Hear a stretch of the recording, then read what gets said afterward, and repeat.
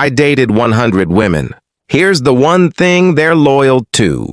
What's up, everyone? So, I did something absolutely insane over the past 2 years. I went on dates with 100 different women. Yes, you heard that right.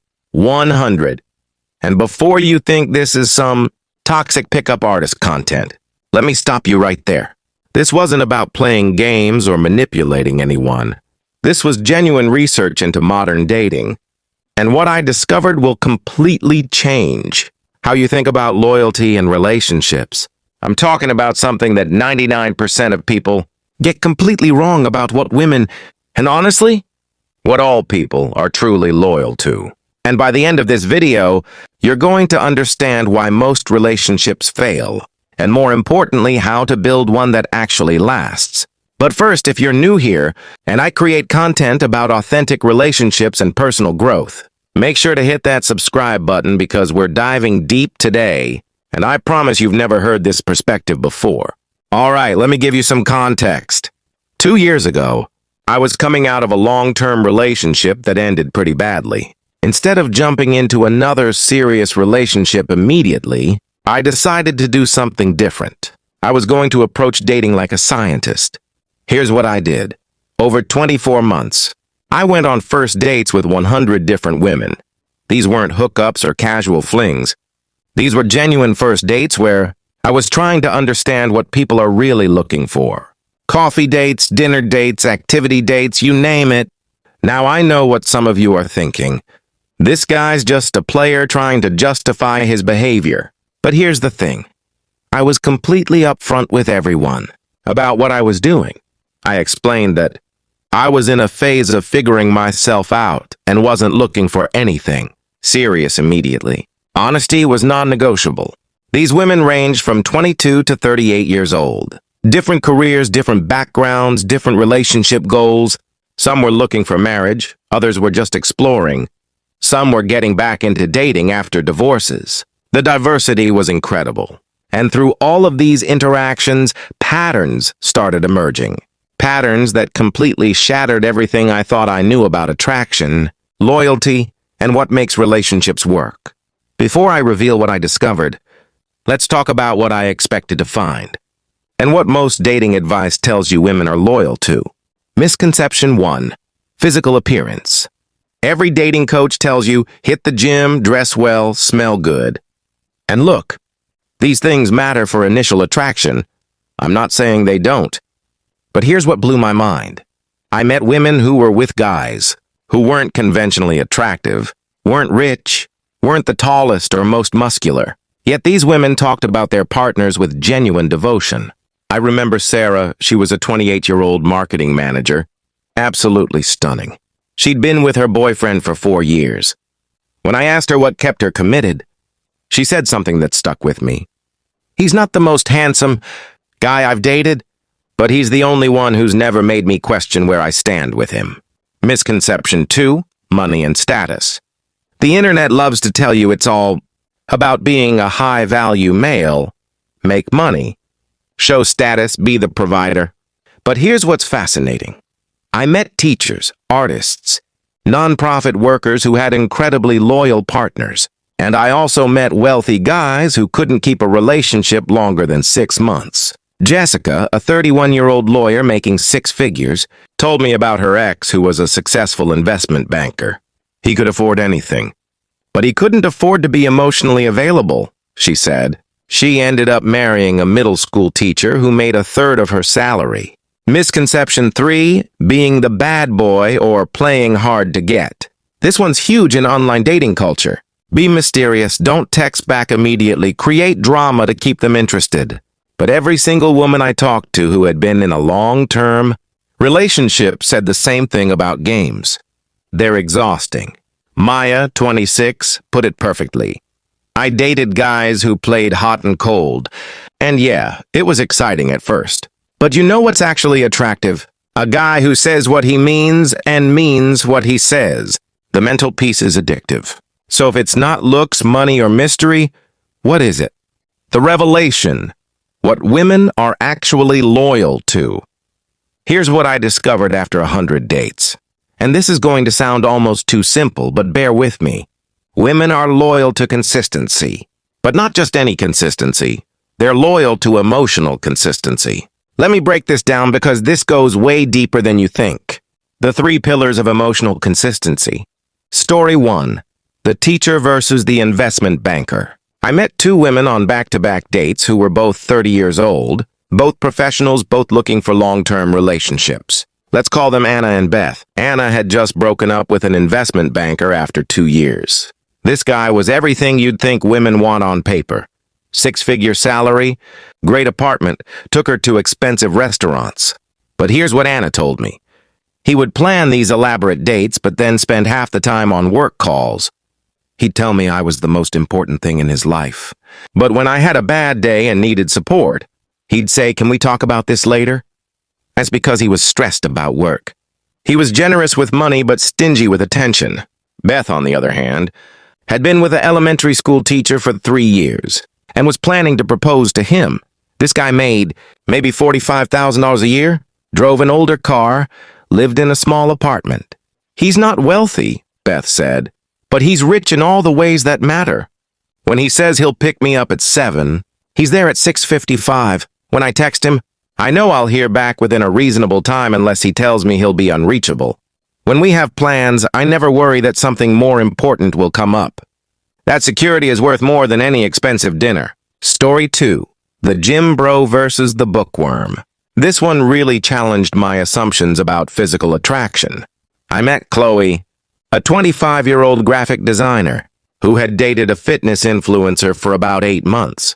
This guy was exactly what you'd picture.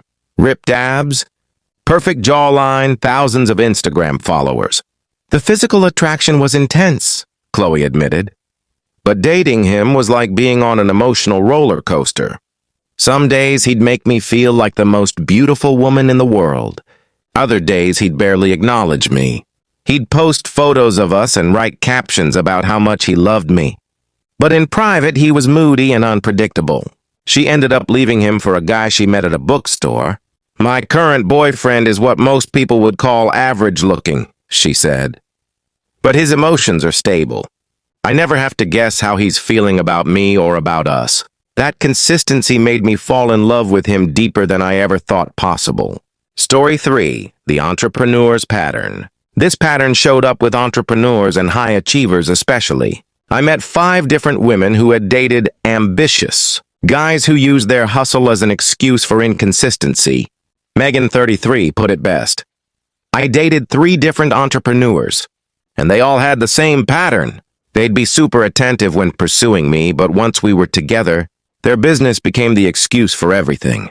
Late to dates because of important calls. I canceled plans because of opportunities. Emotionally unavailable because they were stressed about the company. My current partner owns a small business too, but he's learned to compartmentalize. When we have plans, he honors them. When he's stressed about work, he tells me instead of just becoming distant. He's ambitious and consistent. You can be both.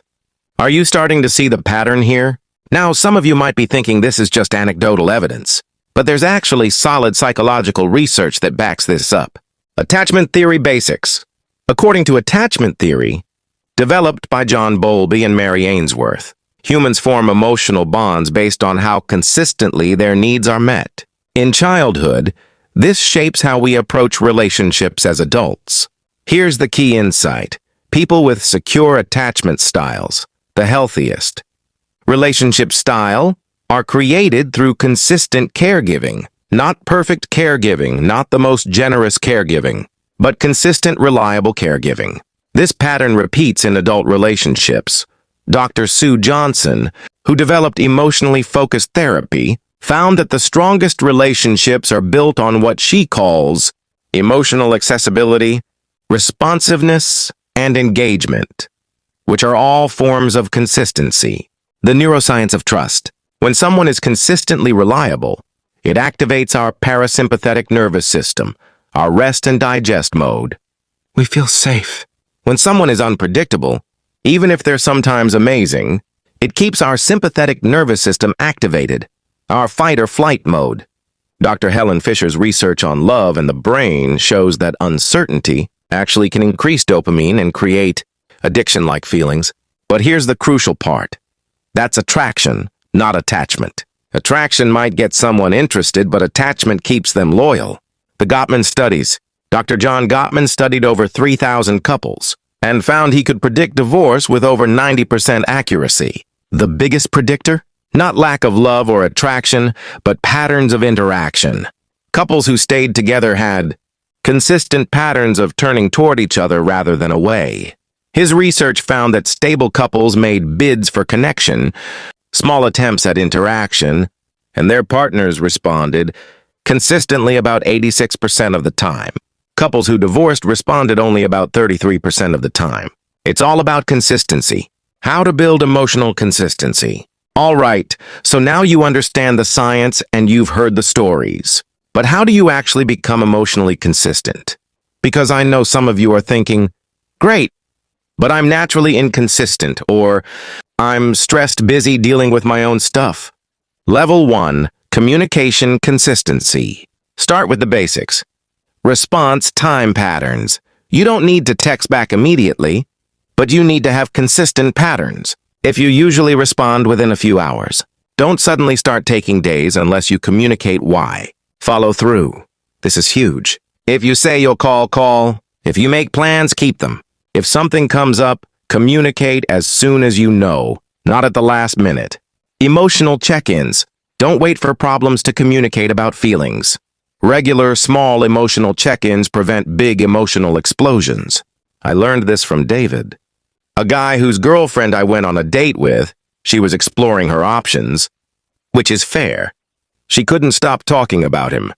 Every morning he asks how I slept. Every evening he asks about my day. It sounds simple, but knowing that consistent care is coming makes me feel so loved. Level 2, emotional availability consistency. This is harder but crucial. 1, present. When present. When you're with someone, be with them. Phone away, distractions minimized. Quality over quantity. 2, conflict consistency. Don't shut down during disagreements. Don't withdraw or stonewall. Stay emotionally available even when things are difficult. De-stress management. Your stress is not their fault, and it shouldn't make you inconsistently available. Develop ways to manage your stress that don't involve withdrawing from your partner. Level 3, values consistency. The deepest level. 1, know your values. You can't be consistent with values you haven't identified. Spend time figuring out what actually matters to you. 2, live your values. Your actions should match your stated values, even when it's inconvenient. 3, values communication. Be clear about your values and boundaries. Don't pretend to value things you don't just to impress someone. The 30-day consistency challenge. I want to give you something practical to try. For the next 30 days. 1, choose one area of consistency to focus on. Communication, emotional availability, or values. 2, track your consistency daily. Just a simple yes, no, on whether you were consistent that day. 3, notice the responses you get from people in your life. I guarantee you'll see a difference. Addressing common concerns. Before we wrap up, let me address some concerns I know some of you have. Doesn't this make relationships boring? This is the biggest misconception. Consistency isn't about being predictable in everything. It's about being reliable in the foundational things. You can still be spontaneous, exciting, and grow as a person, but your core emotional availability should be steady. Think of it like a tree. The roots need to be stable for the branches to safely sway in the wind. What if I'm naturally inconsistent or have mental health issues? Consistency doesn't mean perfection. It means communicating about your inconsistencies. If you're dealing with depression, anxiety, ADHD, or any other challenges, the key is not hiding them but communicating about them. I'm having a tough mental health day and might be less responsive is infinitely better than just disappearing. Won't this attract dependent people? There's a difference between consistency and codependency. Healthy consistency means being reliable while maintaining your own identity and boundaries. Codependency means losing yourself to make someone else happy. Consistency actually attracts more secure, independent people because they recognize and value emotional stability. What about the spark and excitement? The spark doesn't come from inconsistency, it comes from genuine connection, shared experiences, growth, and yes, physical attraction. Consistency provides the foundation that allows real intimacy and excitement to grow. Some of the most passionate relationships I observed were built on this foundation of consistency. So there you have it. After 100 dates and countless conversations, the one thing I discovered that women, and honestly, all people are loyal to is emotional consistency. Not perfection, not wealth, not even extraordinary attractiveness. Consistency. It's the foundation that allows everything else to flourish. Trust, intimacy, passion, partnership. They all require this bedrock of reliability. Here's what I want you to do after watching this video. First, hit that like button if this perspective was valuable to you. It helps more people discover this content. Second, subscribe and hit the notification bell because I'm going to be sharing more insights from this dating experiment, including what I learned about male behavior, patterns, and how to recognize genuinely compatible partners. Third, try the 30-day consistency challenge I mentioned. Pick one area and commit to tracking your consistency for a month. Finally, let me know in the comments, what's one area where you could be more consistent in your relationships? I read every comment and I'll respond to as many as I can. And if you found this video helpful, share it with someone who might benefit from this perspective. Sometimes the simplest insights are the most powerful. Thanks for watching, and I'll see you in the next video, where we dive into the biggest red flags I noticed during these 100 dates. Trust me, you won't want to miss that one.